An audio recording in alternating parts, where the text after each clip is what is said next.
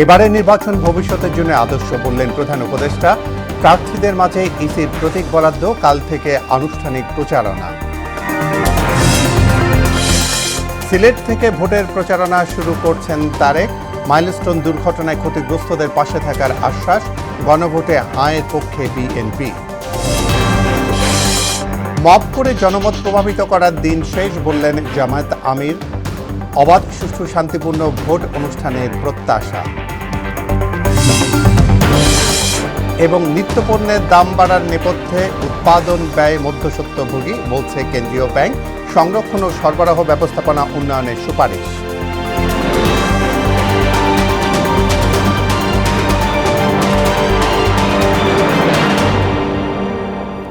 আসসালামু আলাইকুম, স্বাগত মোহনা সংবাদে। এতক্ষণ শুনছিলেন সংবাদ শিরোনাম। পুরো সংবাদের সঙ্গে আছি আমি জাবেদ কারদার। এবারের নির্বাচন ভবিষ্যতের জন্য আদর্শ তৈরি করবে বলে জানিয়েছেন প্রধান উপদেষ্টা অধ্যাপক মোহাম্মদ ইউনূস। এই নির্বাচনকে বড় এক চ্যালেঞ্জ উল্লেখ করে তিনি বলেন, এই বিশাল কাজ শেষ করে ঐতিহাসিক অর্জন হিসেবে দাঁড় করাতে হবে। বিকেলে ফরেন সার্ভিস একাডেমিতে আয়োজিত সংবাদ সম্মেলনে এইসব তথ্য জানান প্রধান উপদেষ্টার প্রেস সচিব শফিকুল আলম। এই সময় গণভোট ও পোস্টাল ভোট থাকায় এবার ফল ঘোষণায় কিছুটা সময় লাগতে পারে বলেও জানান তিনি। সুরাইয়া মুন্নি রিপোর্ট। ত্রয়োদশ জাতীয় সংসদ নির্বাচনের প্রস্তুতি ও নিরাপত্তা নিয়ে প্রধান উপদেষ্টার নেতৃত্বে সরকারের উচ্চ পর্যায়ে জরুরি বৈঠক অনুষ্ঠিত হয়েছে। পরে বিকেলে ফরেন সার্ভিস একাডেমিতে সংবাদ সম্মেলনে কথা বলেন প্রধান উপদেষ্টার প্রেস সচিব শফিকুল আলম। এ সময় তিনি জানান, বৈঠকে নির্বাচনের সার্বিক নিরাপত্তা ব্যবস্থা পর্যালোচনা করা হয়েছে। সার্বিক নিরাপত্তায় সেনা সদস্য সহ নৌ, বিমান ও অন্যান্য আইন শৃঙ্খলা বাহিনী মাঠে থাকবে। এছাড়া পুলিশের কাছে থাকবে 25,000-এর বেশি বডি ক্যামেরা, ব্যবহার করা হবে ড্রোন।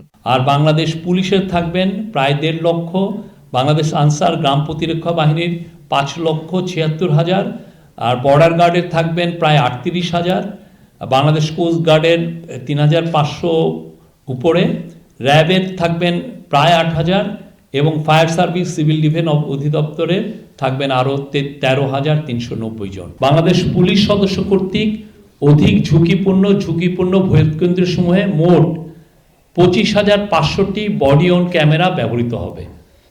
ইতিমধ্যে সমস্ত ক্যামেরা সরবরাহ করা হয়েছে। প্রেস সচিব আরও জানান, ভোটের দিন নিরবিচ্ছিন্ন বিদ্যুৎ ও উন্নত ইন্টারনেট সেবা নিশ্চিতের নির্দেশ দিয়েছেন প্রধান উপদেষ্টা। সোশ্যাল মিডিয়ায় অপতথ্য ছড়ানো বন্ধ সহ লুট হওয়া অস্ত্র উদ্ধারে তৎপর হওয়ার নির্দেশও দেওয়া হয়েছে বলে জানান শফিকুল আলম। পুলিশ স্টেশন থেকে লুটকৃত অস্ত্রের সংখ্যা ছিল 3,619টি, আর সেনাবাহিনী কর্তৃক অদ্যাবধি উদ্ধার করা হয়েছে 2,259টি। চিফ অ্যাডভাইজার আজকেও জোর দিয়েছেন যে লুটকৃত অস্ত্র যে করেই হোক এটা সর্বোচ্চ এফার্ট দিয়ে এটাকে রিকভারি করতে হবে। ইলেকশন কেন্দ্রে কিছু ইনসিডেন্ট হলো, একটা ইনসিডেন্ট, তখন দেখা যাচ্ছে ওইটাকে ঘিরে অনেক ধরনের অপতথ্য ছড়ানো হয়। কিভাবে এটারে নিয়ন্ত্রণে রাখা যায় সেটা নিয়ে কথা হয়েছে। ইলেকশন কমিশন তারা বলছে যে তারা এটা নিয়ে যথেষ্ট কাজ করছে। জাতীয় নির্বাচনের পাশাপাশি গণভোট হওয়ায় এবারে ভোট গণনায় দেরি হতে পারে বলে জানান প্রেস সচিব। অনেক সময় হয় যে ভোট গণনার দেরি হলে অনেক ধরনের রিউমার তৈরি হয়, হ্যাঁ, কিন্তু আজকে জানানো হয়েছে যে ভোট গণনা, এটার কারণ হচ্ছে আপনারা জানেন যে শুধুমাত্র তো ইলেকশনই হচ্ছে না, সাথে একটা রেফারেন্ডামও হচ্ছে। সুরাইয়া মুন্নি, মোহনা সংবাদ, ঢাকা। ত্রয়োদশ জাতীয় নির্বাচনে প্রার্থীদের প্রতীক বরাদ্দ দেওয়া হয়েছে। সকাল 10টা থেকে সারা দেশের রিটার্নিং কর্মকর্তার কার্যালয় থেকে মার্কা বরাদ্দ পান প্রার্থীরা। ঢাকার বিভাগীয় কমিশনার কার্যালয়ে মহানগরের 13টি আসনের প্রার্থীদের প্রতীক বরাদ্দ দেওয়া হয়। ভোটের পরিবেশ নিয়ে প্রতিদ্বন্দ্বী প্রার্থীদের মধ্যে পাল্টাপাল্টি অভিযোগ থাকলেও বিজয়ের বিষয়ে আশা জানান তারা।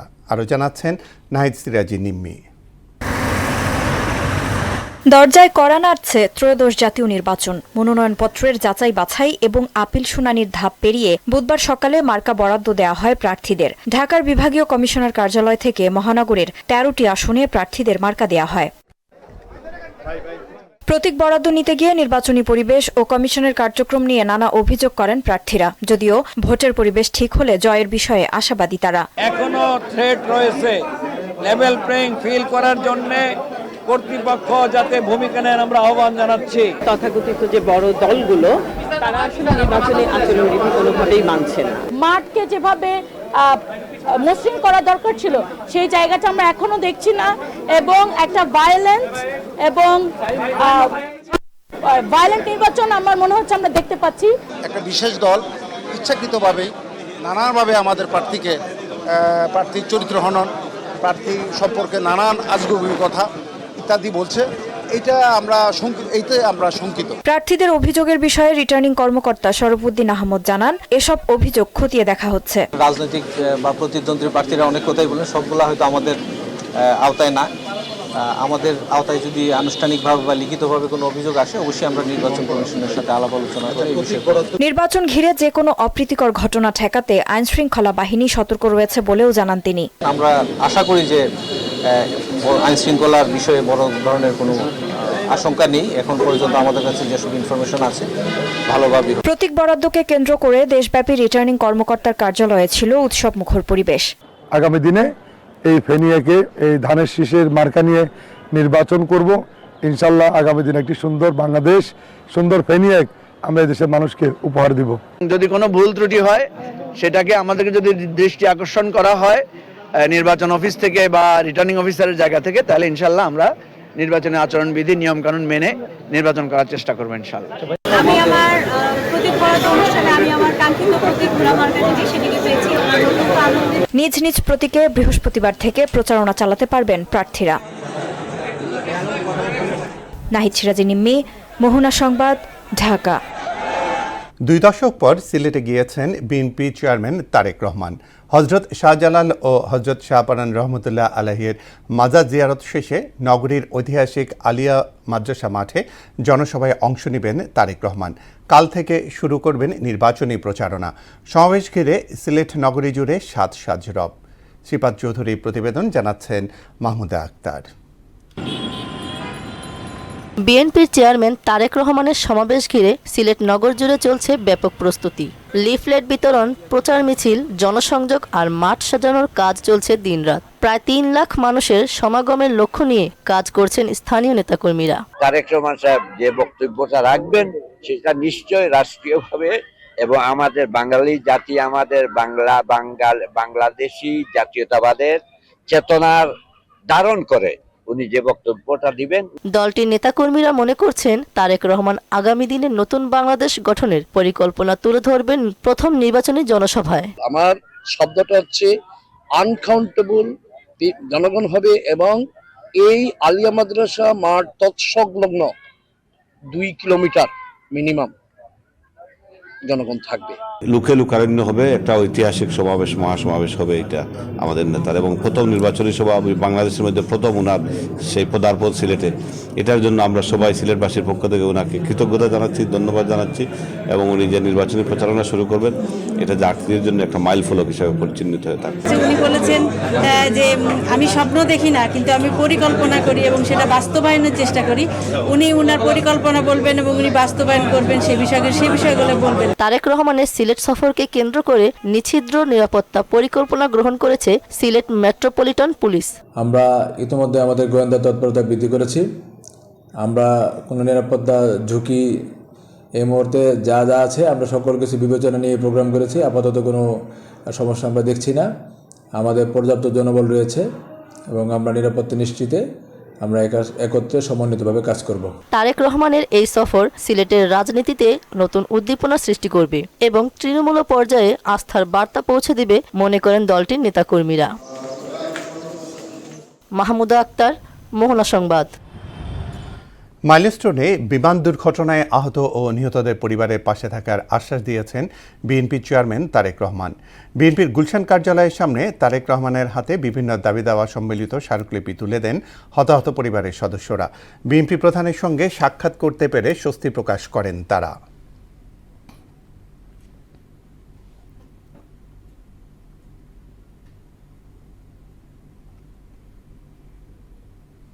ত্রয়োদশ সংসদ নির্বাচনের প্রচারণায় গণভোট ইস্যুতে বিএনপি হাঁয়ের পক্ষে অবস্থান নেবে বলে জানিয়েছেন দলটির নির্বাচন পরিচালনা কমিটির মুখপাত্র মাহাদি আমিন।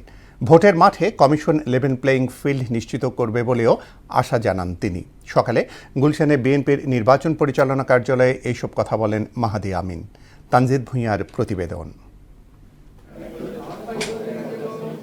বুধবার সকালে গুলশানে সংবাদ সম্মেলন করেন নির্বাচন পরিচালনা কমিটির মুখপাত্র মাহদি আমিন। আগামী জাতীয় নির্বাচনের কর্মপরিকল্পনা, ইশতেহার এবং দলীয় চেয়ারম্যান তারেক রহমানের সিলেট সফর নিয়ে কথা বলেন তিনি। গভীর রাতে হযরত শাহজালাল রহমতুল্লাহি আলাইহি সাল্লাল্লাহু আলাইহি ওয়াসাল্লামের মাজার জিয়ারত করবেন এবং আগামীকাল সকালে সিলেট আলিয়া মাদ্রাসা মাঠে নির্বাচনী সমাবেশে যোগদান করবেন। একটি দল নেতিবাচক রাজনীতি করছে উল্লেখ করে মাহদি আমিন বলেন, আগামী নির্বাচনে লেভেল প্লেইং ফিল্ড দেখতে চায় বিএনপি। একটা লেভেল প্লেইং ফিল্ড নিশ্চিত করা এবং নির্বাচনটা যেন ত্রুটিমুক্ত হয়, নির্বাচনটা যেন বিতর্কমুক্ত থাকে এবং সেই নির্বাচনে যেন প্রত্যেকটা দল নির্বাচনী আচরণবিধি মেনে কাজ করে, সেটা অবশ্যই নিশ্চিত করতে হবে। সেই দায়িত্ব নির্বাচন কমিশনার। ইতিমধ্যে আমাদের বাংলাদেশ জাতীয়তাবাদী দল বিএনপির বেশ কয়েকটি প্রতিনিধি দল সেখানে গিয়েছেন, একাধিকবার মিটিং হয়েছে। আমরা নির্বাচন কমিশনকে আহ্বান জানিয়েছি তারা যেন এই বিষয়ে শক্ত একটি অবস্থান গ্রহণ করে। জনগণের ক্ষমতায়ন ইস্যুতে নিজ দলের অবস্থান তুলে ধরেন তিনি। যে 31 দফা রয়েছে, 31 দফায় কিন্তু সংস্কারের সবচেয়ে মৌলিক ভিত্তিগুলোকে ধারণ করে। সুতরাং আমরা বলেছি গণভোটে আমরা হ্যার পক্ষে অবস্থান দিব। নোট অফ ডিসেন্ট এবং জুলাই চার্টারে আমাদের যে অবস্থানগুলো ছিল সেগুলোর উপর ভিত্তি করে নিব। যে বিষয়গুলোতে আমাদের ভিন্ন মত, ভিন্ন পথ থাকবে এবং সেটাই স্বাভাবিক গণতন্ত্রে, সেগুলো নিয়ে আমরা পরবর্তীতে সংসদে আলোচনা করব। ইশতেহারে জনগণ যেটিকে মেনে নেয় তার উপর ভিত্তি করে রাষ্ট্র পরিচালনা করব। এদিকে নিজ নির্বাচনী এলাকার জনগণকে সঙ্গে নিয়ে বেগম খালেদা জিয়ার সমাধিতে শ্রদ্ধা নিবেদন করেন ফরিদপুর 2 আসনের বিএনপি প্রার্থী শামা ওবায়েদ। লুট হওয়া অস্ত্র উদ্ধারে নির্বাচন কমিশনের জোরালো পদক্ষেপ দাবি করেন তিনি। প্রার্থী হিসেবে এবং একজন ভোটার হিসেবে আমি শঙ্কিত।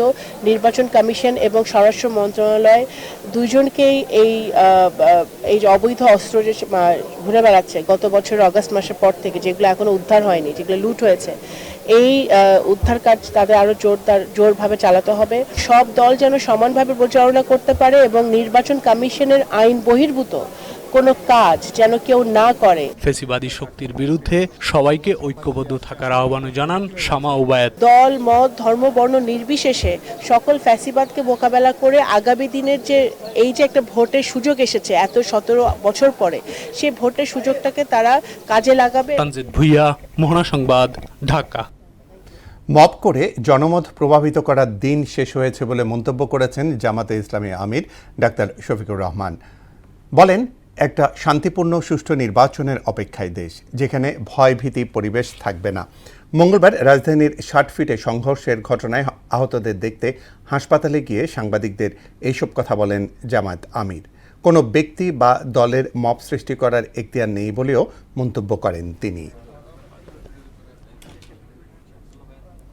নিত্যপণ্যের দাম বাড়ার পেছনে প্রধান কারণ হিসেবে উৎপাদন খরচ বৃদ্ধি এবং মধ্যস্বত্বভোগীদের অতি মুনাফাকে চিহ্নিত করেছে বাংলাদেশ ব্যাংক। বিকেলে মতিঝিলে কেন্দ্রীয় ব্যাংকে আয়োজিত সংবাদ সম্মেলনে এক বিশ্লেষণ তুলে ধরেন প্রতিষ্ঠানটির ডেপুটি গভর্নর হাবিবুর রহমান। তিনি বলেন, উৎপাদনের পর্যায়ে কৃষকরা ন্যায্য মূল্য না পেলেও হাত বদলের প্রতিটি স্তরে বাড়ছে দাম। বিস্তারিত মনিরুল ইসলামের প্রতিবেদনে।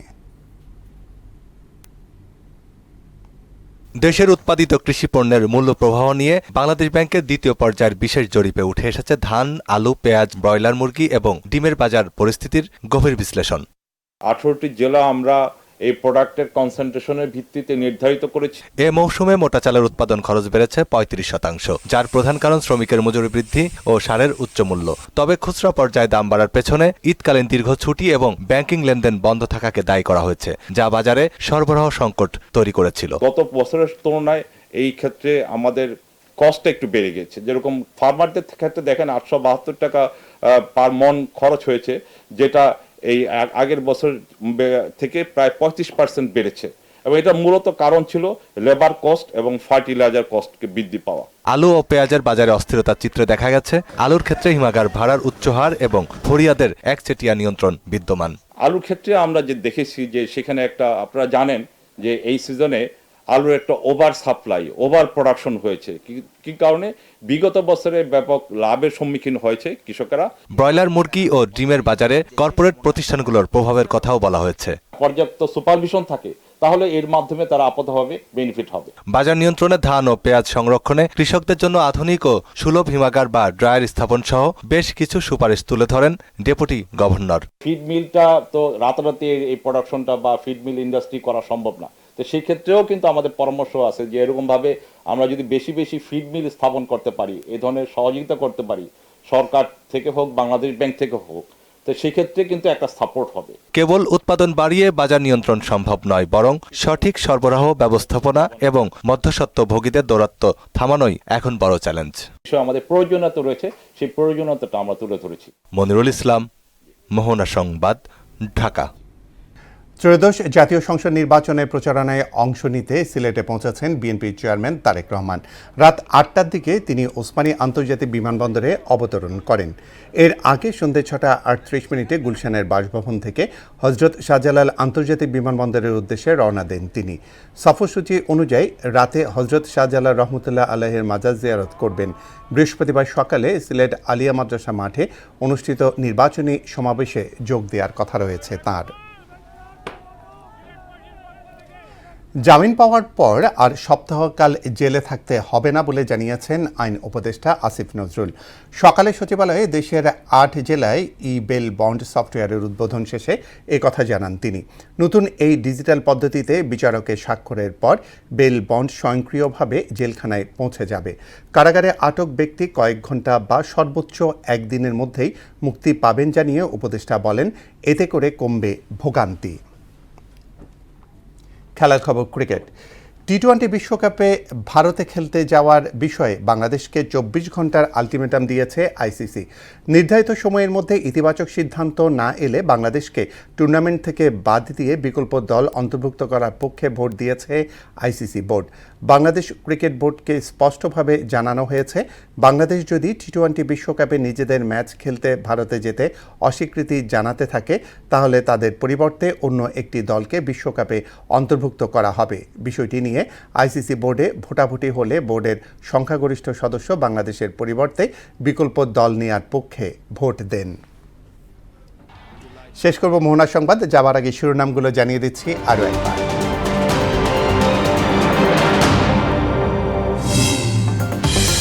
এবারের নির্বাচন ভবিষ্যতের জন্য আদর্শ বললেন প্রধান উপদেষ্টা। প্রার্থীদের মাঝে ইসির প্রতীক বরাদ্দ, কাল থেকে আনুষ্ঠানিক প্রচারণা।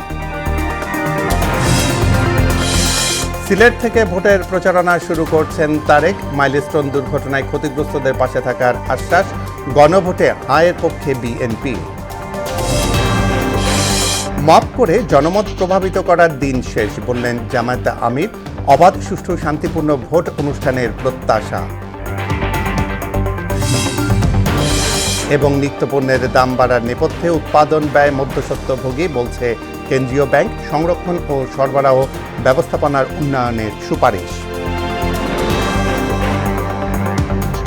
এই ছিল মোহনা সংবাদে। আমাদের পরবর্তী সংবাদ রাত 12টায়। মোহনার সবশেষ খবর জানতে ভিজিট করুন www.mohana.tv। সংবাদ দেখতে পারেন ফেসবুক, ইউটিউবেও। এতক্ষণ সঙ্গে থাকার জন্য ধন্যবাদ সবাইকে।